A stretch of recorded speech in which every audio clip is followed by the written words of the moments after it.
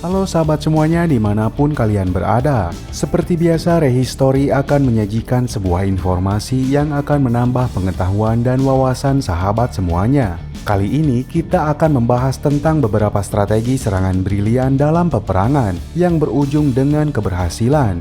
Secara spesifik dan filosofis, perang merupakan turunan sifat dasar manusia yang sampai sekarang tetap memelihara persaingan dan dominasi sebagai sarana memperkuat eksistensi diri dengan cara menundukkan kehendak pihak yang dimusuhi. Penyebab terjadinya perang diantaranya adalah perbedaan ideologi, keinginan untuk memperluas wilayah kekuasaan, perbedaan kepentingan serta perampasan sumber daya alam. Dan inilah 3 keberhasilan strategi serangan dalam peperangan yang pernah tercatat dalam sejarah versi Rehistory. Urutan ketiga, penyerangan benteng Konstantinopel oleh Muhammad Al-Fatih. Muhammad Al-Fatih atau Sultan Mehmed II lahir pada tahun 1429 Masehi. Beliau memerintah kurang lebih selama 30 tahun dan berhasil membawa kebaikan dan kemuliaan bagi kaum muslimin. Al-Fatih diangkat menjadi penguasa Daulah Utsmaniyah setelah kematian ayahnya yaitu Sultan Mehmed I pada tanggal 18 Februari 1451 Masehi.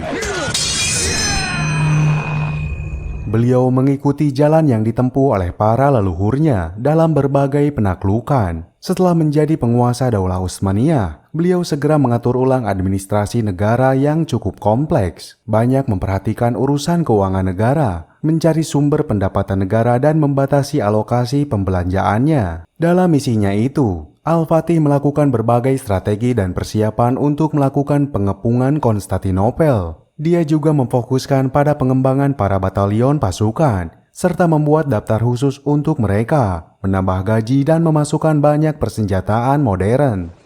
Ecdadımın bana öğrettiği çok değerli bir şey var Lala. Tarih yazmak korkaklara göre bir iş değildir. Al-Fatih kemudian mendirikan benteng besar di pinggir Bosporus yang dikenal dengan nama Benteng Rumi. Benteng ini dijadikan sebagai pusat persediaan perang untuk menyerang Konstantinopel.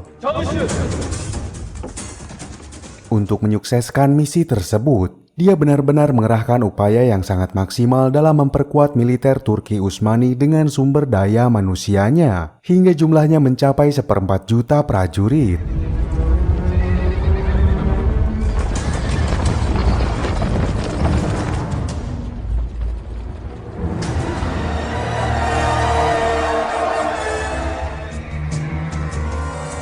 Serangan Konstantinopel dimulai setelah salat Jumat pada 6 April 1453 dengan tembakan yang dilepaskan dari meriam raksasa yang diberi nama Basilika. Meriam ini diciptakan oleh Sultan Mehmed II dengan bantuan seorang insinyur asal Hongaria bernama Urban, mampu menembak peluru seberat 1.200 pon dan berhasil merobek benteng yang selama ini sangat kebal terhadap berbagai serangan. Walaupun setelahnya, pihak Konstantinopel mampu memperbaiki kerusakan tersebut karena jeda waktu kemampuan menembak meriam yang sangat lama.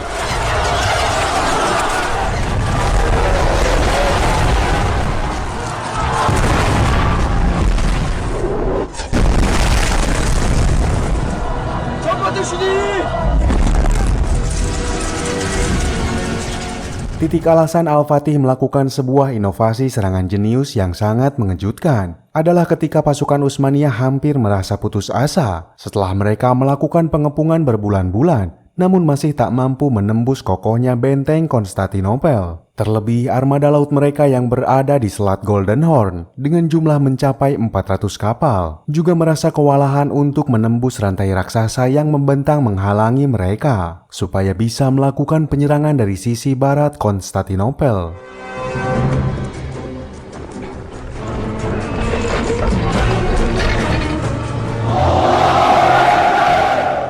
Sementara pasukan Bizantium di bawah pimpinan Kaisar Konstantin XI juga bertahan secara heroik. Mereka berusaha untuk menyelamatkan kota dan rakyatnya dengan segala taktik yang bisa dilakukan. Dia juga mengajukan berbagai tawaran menggiurkan kepada Sultan Al-Fatih untuk menggodanya agar menarik pasukan dengan imbalan materi atau loyalitas mereka. Tetapi Al-Fatih membalas tawaran tersebut dengan tawaran lain, yaitu agar raja menyerahkan kota tersebut secara damai kepadanya. Biz yarım kalanı tam etmeye geldik. Şehrimizin surları bunları defalarca duydu. Kur'an'ın hükmüne uyduk. Dari sisi militer, kota Konstantinopel merupakan kota paling kokoh di dunia karena di atasnya terdapat tembok-tembok dan benteng-benteng. Belum lagi pertahanan-pertahanan alami. Ini artinya sangat sulit untuk menerobos masuk ke dalamnya. Dan karena itu pula, puluhan percobaan militer mengalami kesulitan untuk menerobos masuk ke dalamnya, termasuk diantaranya 11 percobaan Islam sebelumnya.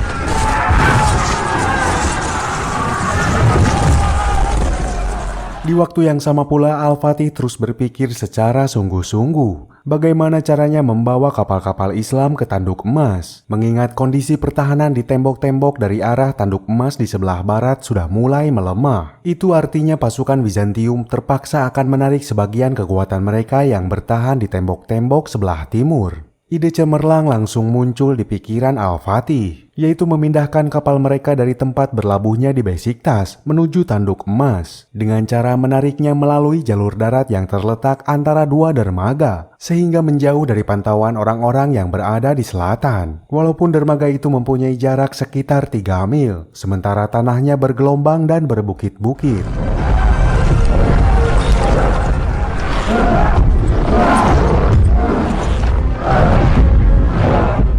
Kapal-kapal itu pun dijalankan dari Bosporus menuju darat dengan ditarik ke atas papan kayu yang telah dilapisi dengan minyak. Itu semua terjadi berkat kecerdasannya yang luar biasa serta semangat tinggi Sultan Al-Fatih. Ditambah lagi kemampuan para insinyur yang dimiliki Daulah Utsmaniyah dan tersedianya sumber-sumber daya manusia yang melaksanakan mega proyek tersebut. Pada malam itu pasukan Utsmaniyah berhasil menarik lebih dari 70 kapal dan menurunkannya ke Tanduk Emas saat musuh sedang lengah. Hingga akhirnya mega proyek tersebut bisa rampung dalam 1 malam.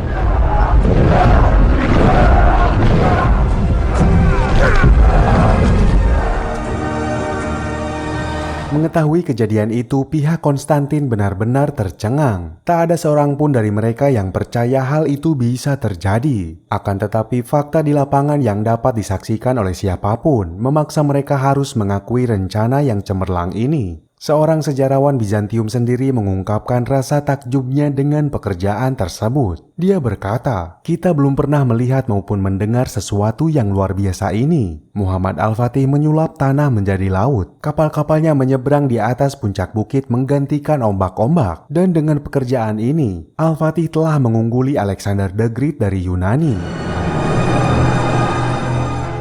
Setelah keberhasilan strategi itu, Al-Fatih mengumpulkan pasukannya yang berjumlah hampir 250.000 personil. Dia berbicara di hadapan mereka dengan pidato yang berapi-api, mengajak mereka berjihad, dan meminta kemenangan kepada Allah atau mati syahid. Allahu Ekber! Allahu Ekber! Pagi hari pada tanggal 22 April, penduduk kota Konstantinopel terbangun karena mendengar pekik takbir pasukan Daulah Utsmaniyah yang menggema dan teriakan-teriakan mereka yang semakin riuh. Hingga akhirnya pasukan Ottoman berhasil masuk ke dalam benteng terkuat yang pernah diciptakan pada masa itu. Dan Al-Fatih berhasil menaklukkan Bizantium, serta menorehkan sejarah baru bagi dunia. Bundan böyle canımız bir. Dilediğiniz gibi yaşamakta serbestsiniz.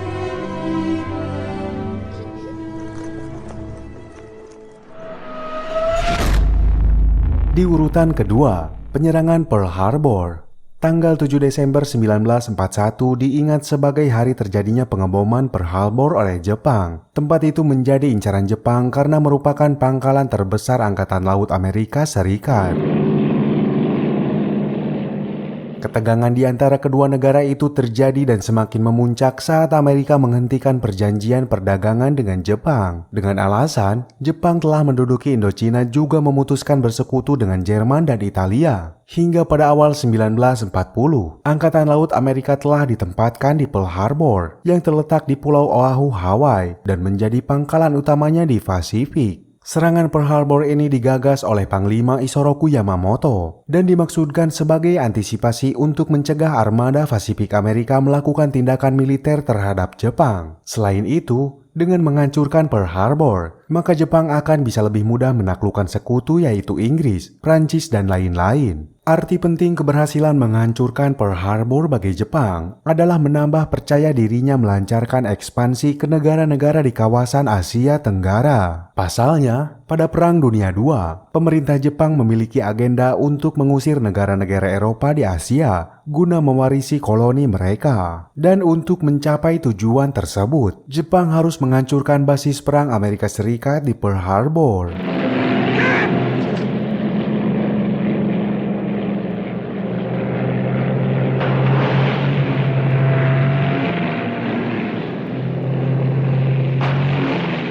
Pada tanggal 26 November 1941, sebuah armada Jepang yang terdiri dari 6 kapal induk, 2 kapal tempur, 2 penjelajah berat, 1 penjelajah ringan, 9 perusak, dan 8 kapal tanker bergerak meninggalkan Teluk Hitokapu. Armada yang dipimpin oleh Laksamana Madya Nagumo tersebut berlayar menuju Pearl Harbor tanpa melakukan hubungan radio apapun. Pada tanggal 7 Desember 1941, serangan dimulai sekitar pukul 7.30 pagi waktu Hawaii. Pangkalan Angkatan Laut Amerika Serikat di Pearl Harbor diserang oleh setidaknya 353 pesawat tempur, pesawat pengebom, dan pesawat peluncur torpedo dari Angkatan Laut Jepang dalam 2 gelombang serangan yang diberangkatkan dari 6 kapal induk.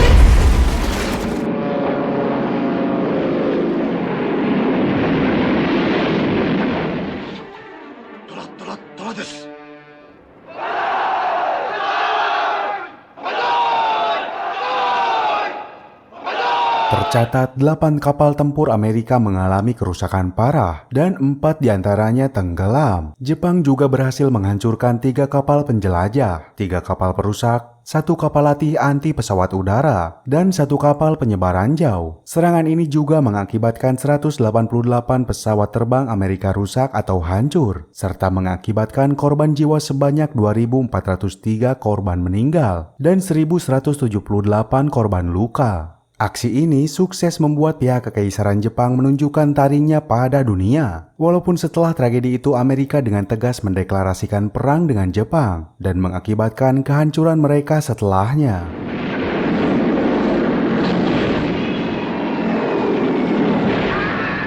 Karena 2 bulan kemudian setelah penyerangan itu, Amerika langsung bertindak dan memburu armada laut Jepang di wilayah Pasifik, hingga menyebabkan terjadinya pertempuran Laut Pasifik di wilayah Kepulauan Midway, yang mengakibatkan beberapa kapal induk Jepang hancur dan tenggelam. Dari saat itu Jepang mengalami serangkaian kekalahan demi kekalahan dalam berbagai pertempuran besar di wilayah Asia, hingga sebuah kejadian besar membuat Jepang harus bertekuk lutut dan menyerah pada sekutu saat Amerika dengan nekatnya menjatuhkan bom nuklir di 2 kota besar Jepang yaitu Hiroshima dan Nagasaki.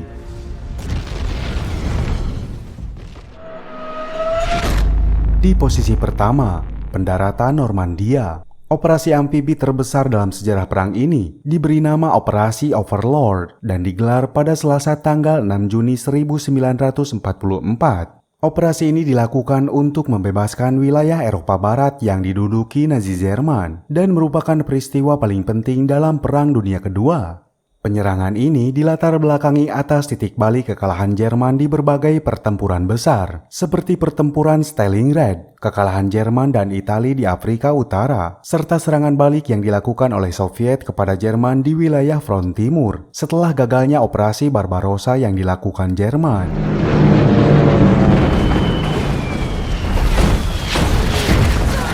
Lebih dari 150.000 serdadu sekutu di bawah komando Jenderal Eisenhower mendarat di pantai Normandia, Prancis. Pasukan sekutu bergerak maju di wilayah pendaratan pantai Normandia dan akan memasuki Paris pada tanggal 25 Agustus 1944.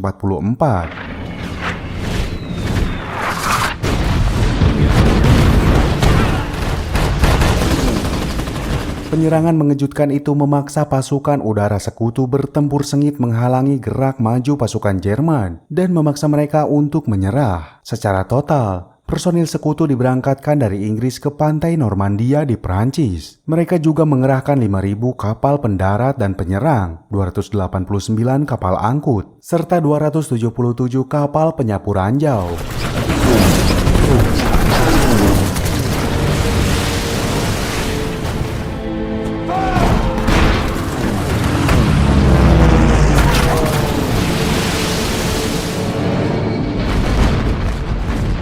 Mayoritas satuan tempur pada serangan ini adalah pasukan Amerika Serikat, pasukan Inggris dan Kanada. Sementara pasukan kemerdekaan Prancis dan pasukan Polandia ikut bertempur setelah fase pendaratan. Selain itu, pasukan dari Belgia, Ceko, Yunani, Belanda, dan Norwegia juga turut serta. Rencana pendaratan di Normandia, Prancis ini sudah digarap sejak 1 tahun lalu. Dalam pertempuran ini, nama-nama besar terlibat di dalamnya, seperti Jenderal Eisenhower dari Amerika, Bernard Montgomery dari Inggris, dan Erwin Rommel dari Jerman.